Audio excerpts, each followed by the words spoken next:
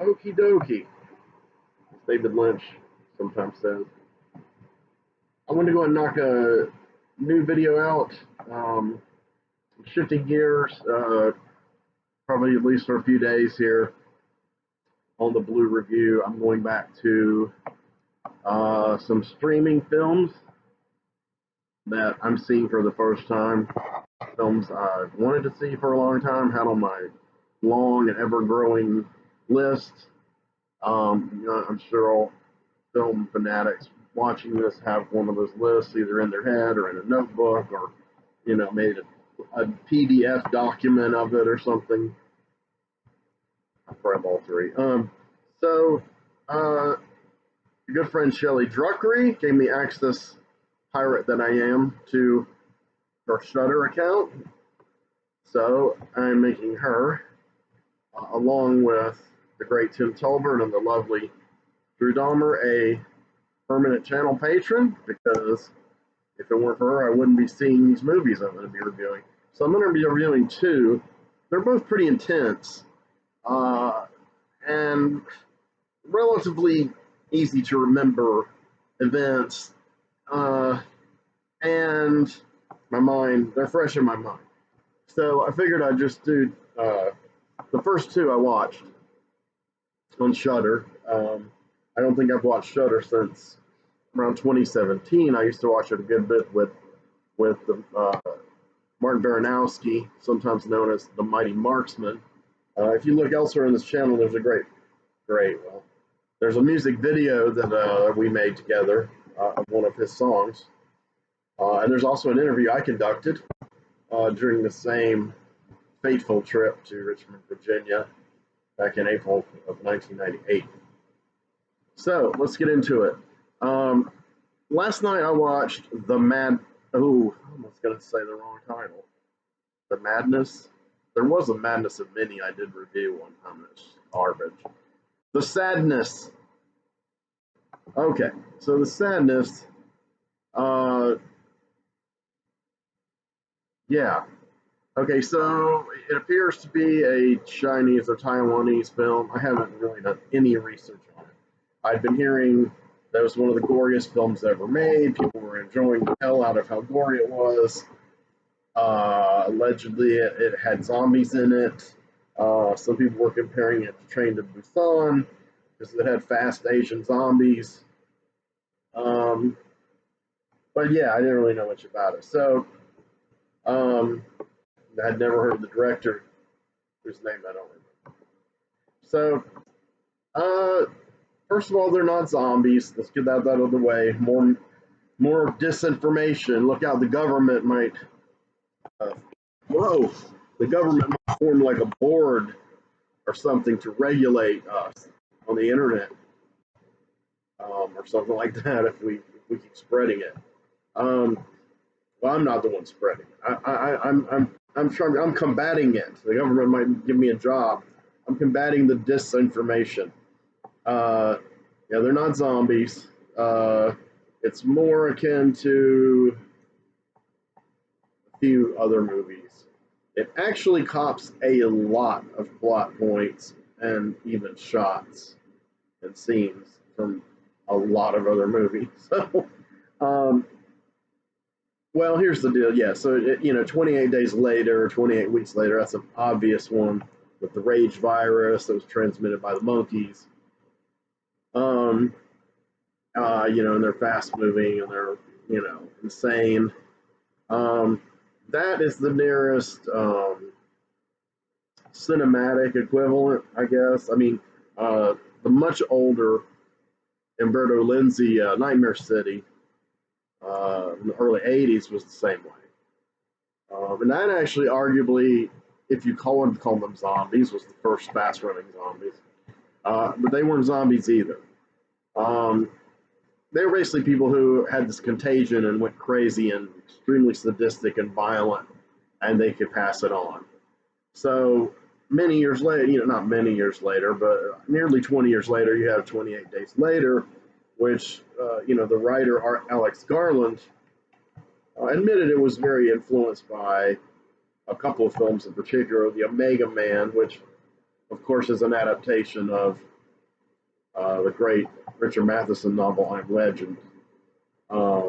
It's the second uh, and least faithful adaptation of the novel of the three theatrical tries at it.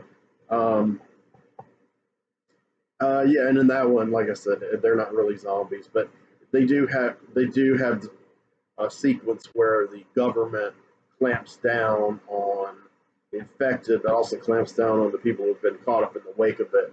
And they're led by an asshole who keeps one of the infected as a slave who's a little more intelligent. So if you've seen Day of the Dead even a couple of times, you know exactly. And you know, in Alex Garland's um, audio commentary to 28 Days Later, he's like, yeah, you know, stole this from Day of the Dead, man. Affectionately, but I stole it. Um, I wouldn't even see the movie in the theater. I was so pissed off about how much this was described to me as being a ripoff. Um, but I like it. It has a nice look to it. 28 weeks later, I have reviewed on this channel. Just past Halloween, which was the first time I saw it. The sequel, you know, where the situation goes, you know, next, what's happening in Britain as it spreads, the plague, the rage plague. Um, Robert Carlyle, you know, starts as a good guy, and then he ends up being, he has kind of a bad secret, dark secret. And then he kind of ends up being kind of a recurring boogeyman kind of character who is trying to kill, I think, his children. He pops up in weird places. That a little bit of that idea. There's a character kind of like that in The Sadness. So yeah, so there's precursors to this. Another major source, I think, and I can't like prove this yet. I haven't read it yet, but I don't know if you guys have read the graphic novel series Frost by Garth Ennis and Jason Burrows. I'm sure everyone knows who Garth Ennis is. Famous for Preacher. That was his biggest series, original series. He did an incredibly long and awesome run on The Punisher. And of course, he co-created The Boys, which is now a TV series on Amazon Prime.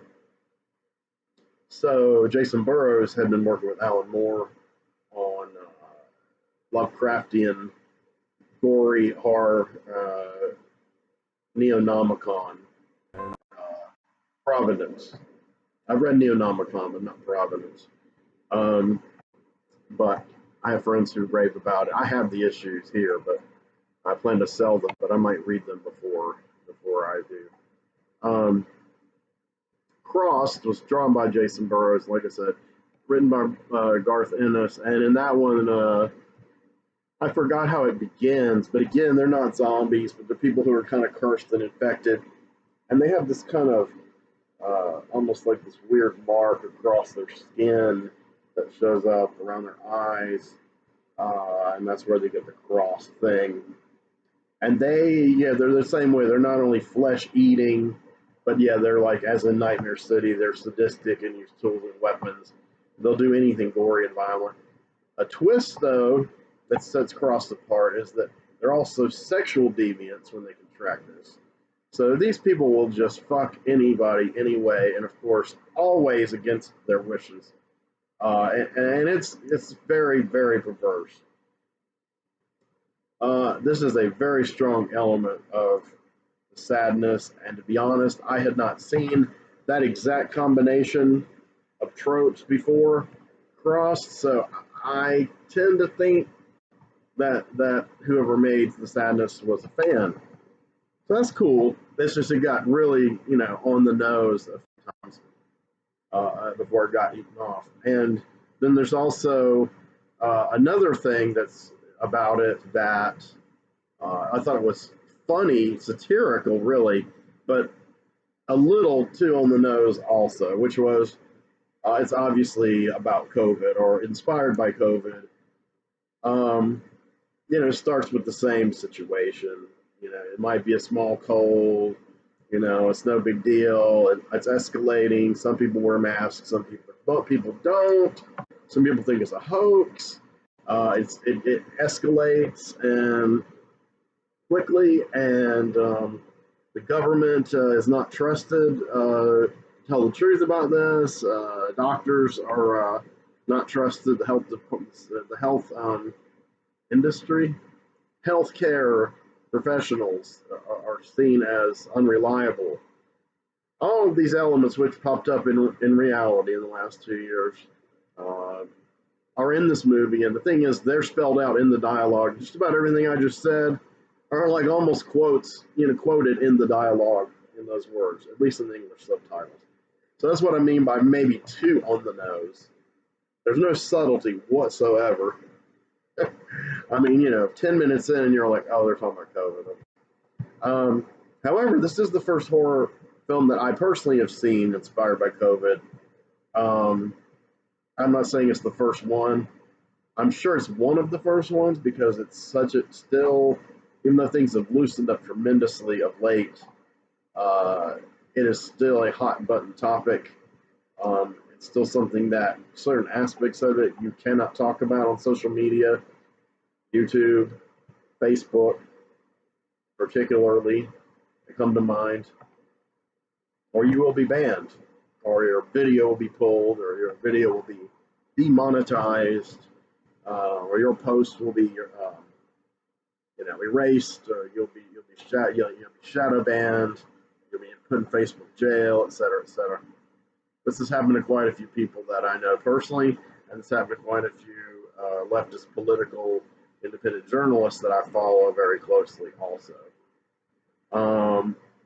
So if you want to hear unfiltered facts and opinions that are outside of the approved narrative about the subject of COVID, I suggest you go to for platforms such as Rockfin, Odyssey, or Rumble. Probably some others I'm forgetting, but those are the three big ones right now.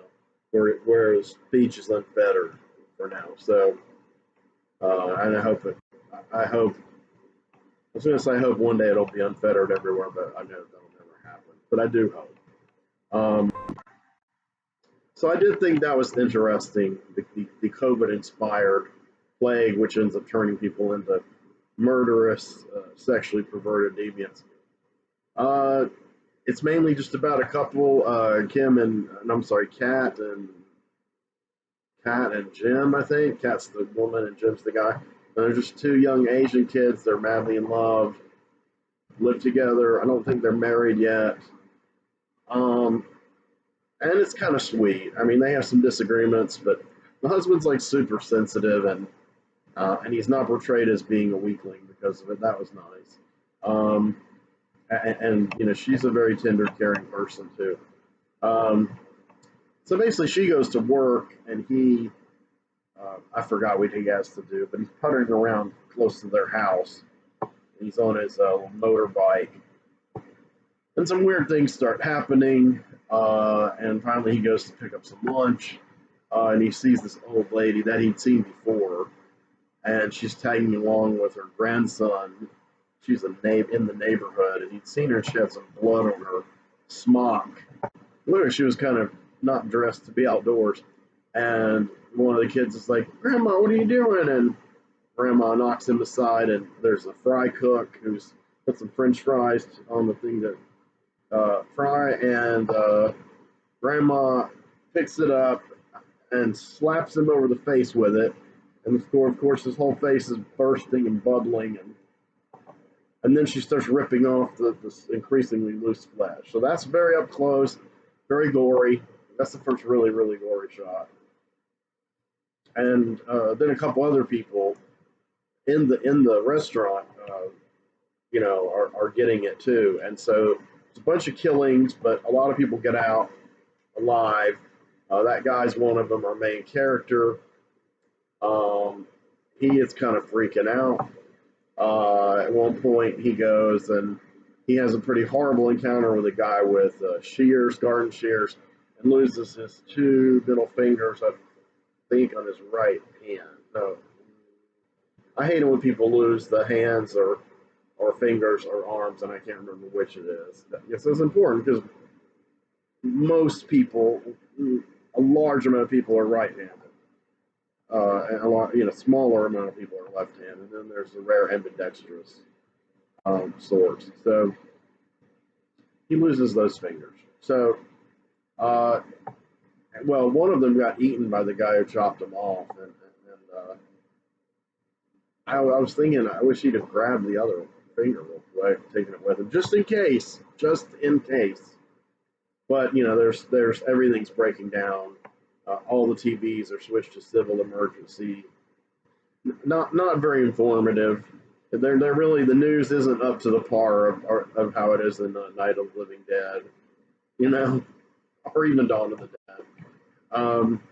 It's just pretty much just, civil emergency. Here comes the government, and yes, it is China. I remember now because it's the Chinese government, and of course, they're not really good about telling the truth to their citizens, nor making good decisions in the welfare of their citizens sometimes. But they are good about being authoritarian. So, and in this, they're pretty good about being clueless, and that kind of telescopes what's going to happen with them. It's definitely one of those things where as soon as some figure or character of representing some form of hope appears, that character's fucked. So you're never going to get out of it. Your allies are never going to survive. And so the girlfriend, Cat, is on the bus, and there's a cat who's he's not observing good boundaries, and he's so then he starts talking about you can't say anything these days to women, everything's sexual harassment. Again, his dialogue is all like stuff you read verbatim online or hear on the news, or hear people say or people say on Facebook. So I find this interesting that this is a Chinese film, considering Shanghai is locked down. So I don't know. This filmmaker might get in a lot of fucking trouble. Maybe the filmmaker isn't Chinese. His name was kind of ethnically ambiguous. So I don't know. I got to read about this. This is kind of weird. China isn't known for allowing certain kinds of films to be uncensored. This is certainly a hot button topic, as they say. So, sorry if my fan's really loud. It's really, really hot in Charlotte. So, the guy starts bugging her on the bus. So naturally, I start thinking this guy's going to turn into one of the zombies eventually. So she makes friends with this chubby girl named Molly. The next thing you know, this he's got an umbrella. He pokes Molly's left eye out, sticks the spoke through it. Doesn't go all the way into her brain, so she survives. And there's a bus massacre. It's out of control. And then he's not really old, middle-aged man. He looks like a lunatic. He looks like he wandered out of a Shinya Tsukamoto or a Takashi Miike movie. I don't know the actor. And I don't think he's Japanese either, but he is Asian. The bus, the people flood out of the bus when first opportunity they get, and he's kind of shambling around. He's killed a few people, and he puts his hand on an axe that's in a emergency area, where they used to have axes and like break the glass in case of emergency, get an axe. Of course, that's been used in a million movies before. I'm not saying that's a ripoff, per se, but it's not a new trope either. That's for sure. Maybe there are no new tropes. But he becomes sexually obsessed with the girl he was kind of sexually harassing on the bus, and also with fucking with the girl who she rescued from him, who's chubby. And he insults her appearance, and of course these people.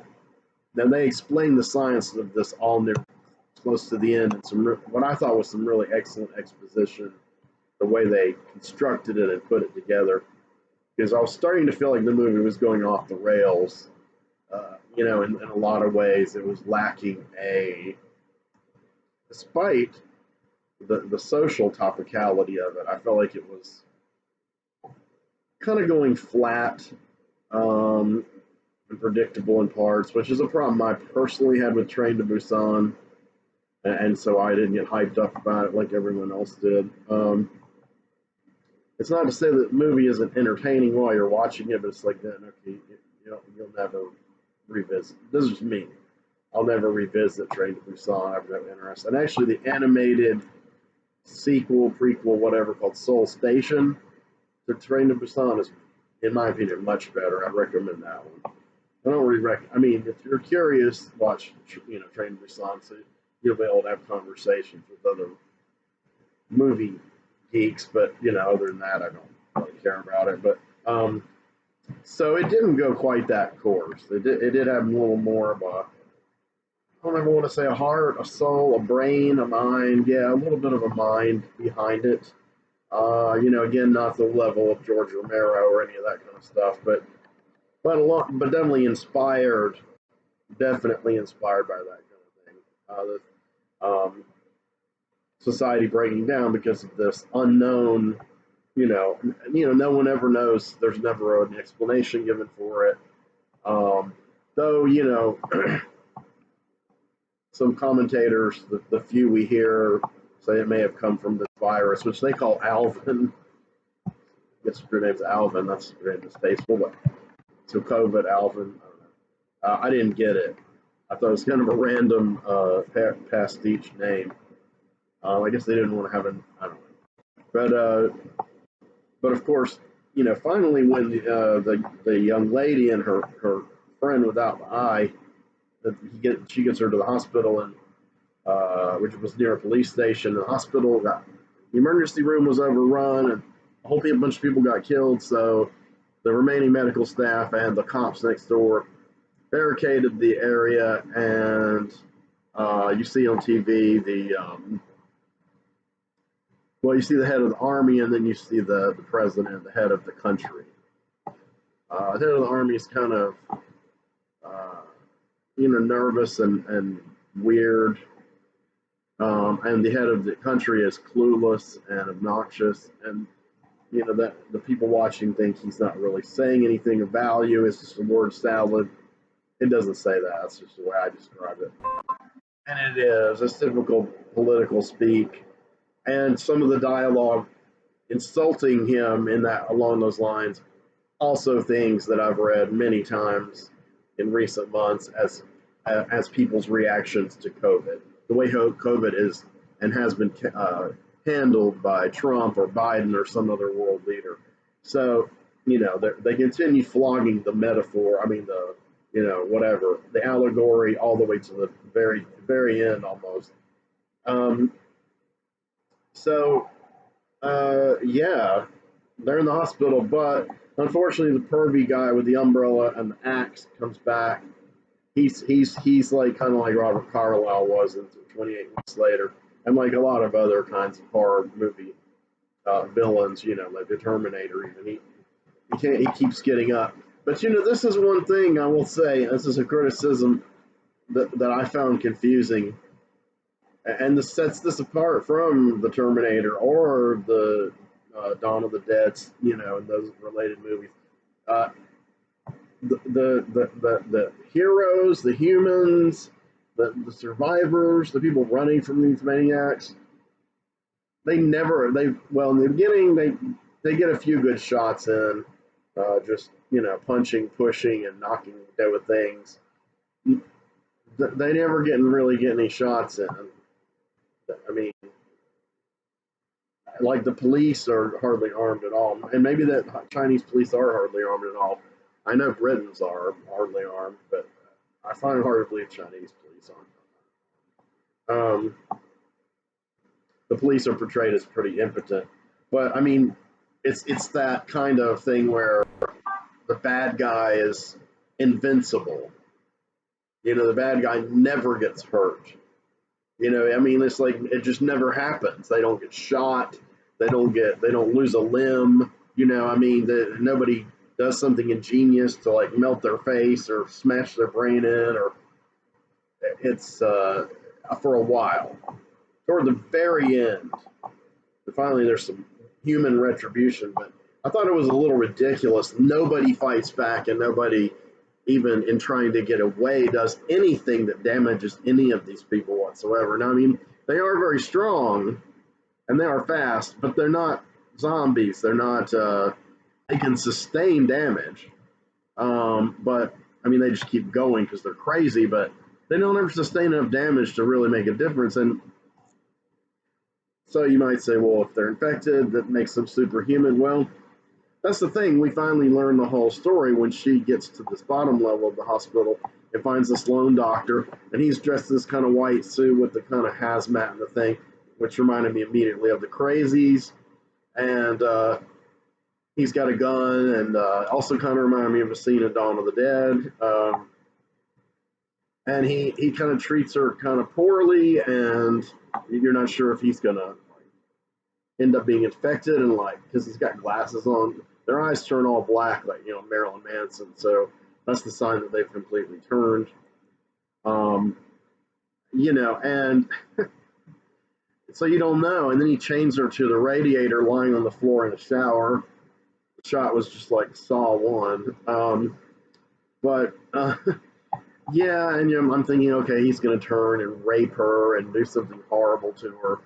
And but basically, he washes her off with this kind of smelly fluid because she's got blood all over. Because when she gets there, she is finally the first character to take any vengeance against these things. Her boyfriend early on does hurt a couple, but not significantly, really. I don't even know if he kills any. I'm not even sure if he kills a single one. I could be wrong, maybe one or two, but whoops, I accidentally killed him. I mean, he's carrying this kind of crazy kind of scimitar thing he picks up, but he never cuts his head off with it or anything. And through their limited cell phone contact, you know, and this is like the romantic thread through the movie, is I'm going to meet you, I'll be there, stay there. So his quest across town to get to the hospital. So I wasn't sure how it was going to go exactly, but right before she's saved quote unquote by this doctor in this kind of it's a maternity ward in the hospital. Before she gets there, her friend who had the eye poked out turns, and you know, well, first of all, she's turned by the pervert guys following them. And, you know, she's in a wheelchair. I don't mean she's normally in a wheelchair, but she's in a wheelchair like because she's waiting to be seen. She just has a bandage over her eye. I mean, but I don't think they're really able to give first-rate care with the crisis scenario. Yeah, she's attacked by the guy, and he pulls the bandage off, and so she's got the one eye, you know, the pussy part, and extreme film connoisseurs are probably just immediately going to guess what's going to happen. I did.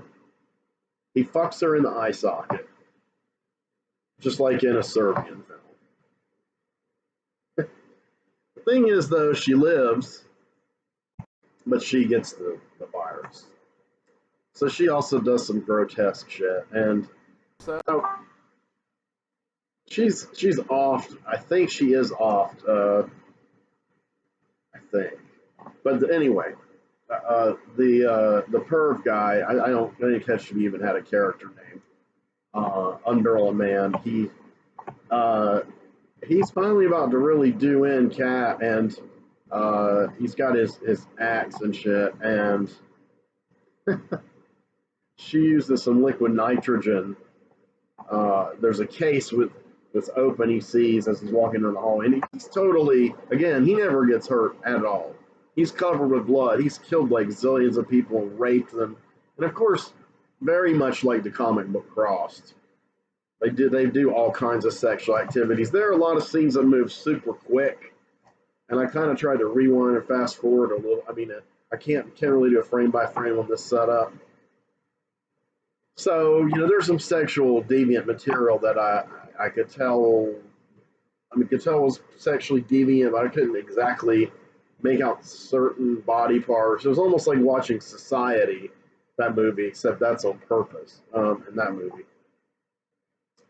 And anyway, so this guy is just the implacable. He's gotta rape this girl, taunt her. He's got to tell her every imaginable horrible sexual perversion, meaning violence you could possibly think of. So it's definitely in the language is kind of like, it's kind of like the stuff they show in Serbian film. They describe in this movie, um, and they never stop describing it.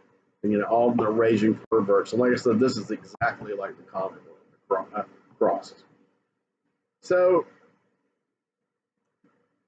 she freezes him with liquid nitrogen. He doesn't like completely freeze over, but he falls backwards. And then she takes the thing and smashes his head a bit. He's bleeding, of course. He doesn't seem to be hurt whatsoever. I mean, he is, but no pain. And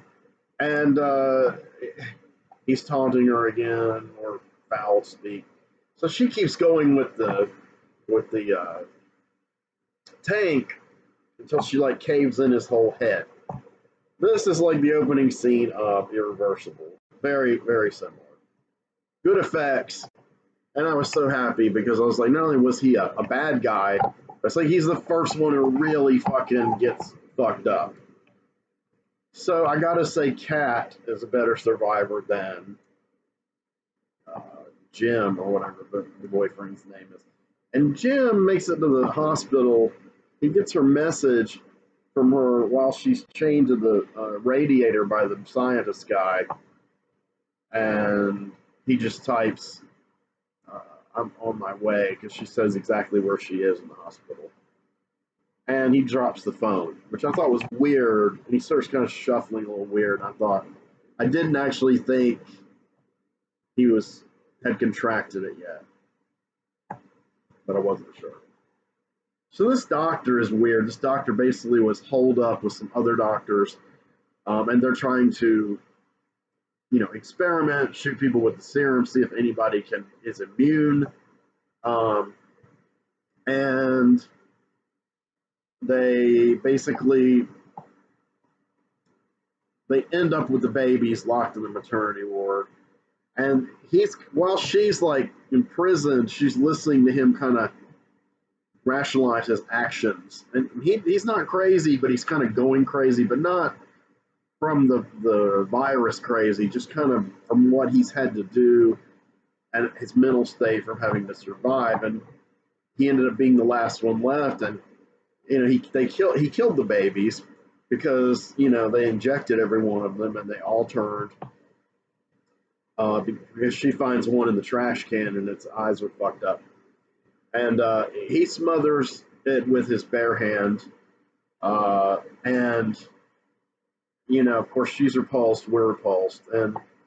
But he starts talking it through and explaining some of what I've been saying. And most of what he's saying makes sense from a purely survival standpoint. Most of what he's doing is fairly rational. And then we start getting into the plot starts to remind me of the Night of the Comet. So, where most of the people turn to dust, and eventually they're all going to go crazy and then turn to dust. So they've got to get the one who's got immunity, Mary Stuart Masterson, and they got to get her across town. And Mary Warrenov and the other scientists have her kit captured. Yeah, they go through the ethical debate and should they kill what's her face, the young blonde lady, pretty girl actress you'd immediately know, Scream Queen. For anyone friends with her on Facebook, her brain's going blank here. Oh well, if I remember, I'll tell you. So there's a whole section that's very reminiscent of Night of the Comet. And he's kind of talking to himself. You're talking to her, and I don't know if she's listening.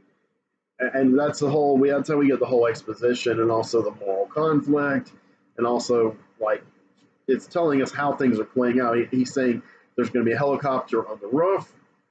I'm going to eject you, because he notices that he's noticed, that she has not shown any symptoms whatsoever, despite all the blood and gross shit all over her, and being casually injured. And so that happens in the comic too. They're trying to take they're trying to get the immune person up to the helicopter by the end of the movie into safety. So same setup. And he finally, when he's getting pretty frantic, he decides, the helicopter's going to be here soon. It's time to get the fuck out. And he grabs her, and unfortunately, there's two kind of like street people, indigent weirdos, a man and a woman with the virus, who managed to kind of like sneak in behind where the old perv guy, Umbrella Man, made it in. And I had forgotten about him. He had seen them on the camera. Well, we had seen them on the doctor's camera. He didn't, of course. So when they finally get everything together and the time has passed and he's certain she's immune, he's going to get her out of there and start heading to the roof. And unfortunately, that axe, careful with that axe, Umbrella Man, the dude, the dude of the pair chops the end of his foot off like Kunta Kinte, and so he falls back and he's like yelling at her. He's like, "Help me!" Blah blah blah, and he does shoot them to death. He shoots them both in the head. I was like, now of course that's a trope too, but I was like, finally somebody has got some sense. So he's still trying to keep it together. Even though his foot's chopped and he's been messed up, you're like, oh no, he's going to turn too. He's like, help me, help me, help me. And you can tell she's kind of still pissed at him.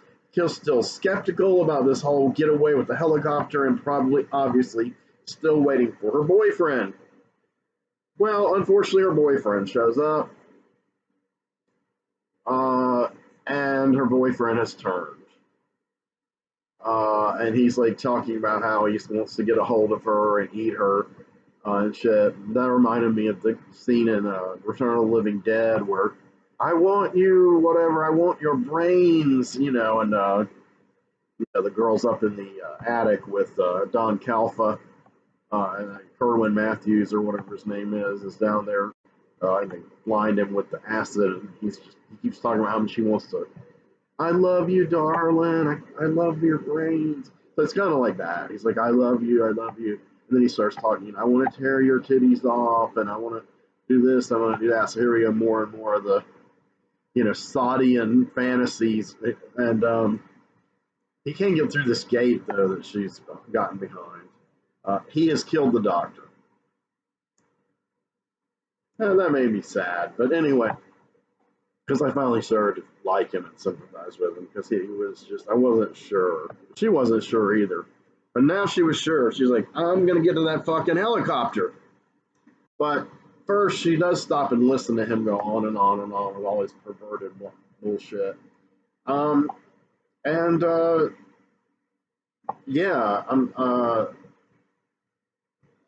then she leaves. She runs up and you see the light and you hear a helicopter.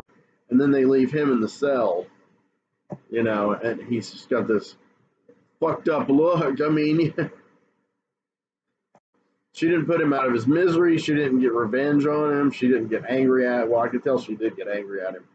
But, not, he's like, I promised I'd make it. I have my purpose in life, to rip you apart and fuck you to death, and he and his makeup, he's like, all the blood, he's gotten pretty unrecognizable from the really sweet guy in the beginning. And there's an expression on her face while he's talking that's really beautiful. I mean, it's really sad. To me, that's the sadness. That was my theory. And then I saw an alternate poster afterwards that is a close-up of her, and she looks a little sad. Not like crying, but, a little sorrowful. And that's, I liked it better than all of the blood drenched posters, all the other ones that were blood drenched.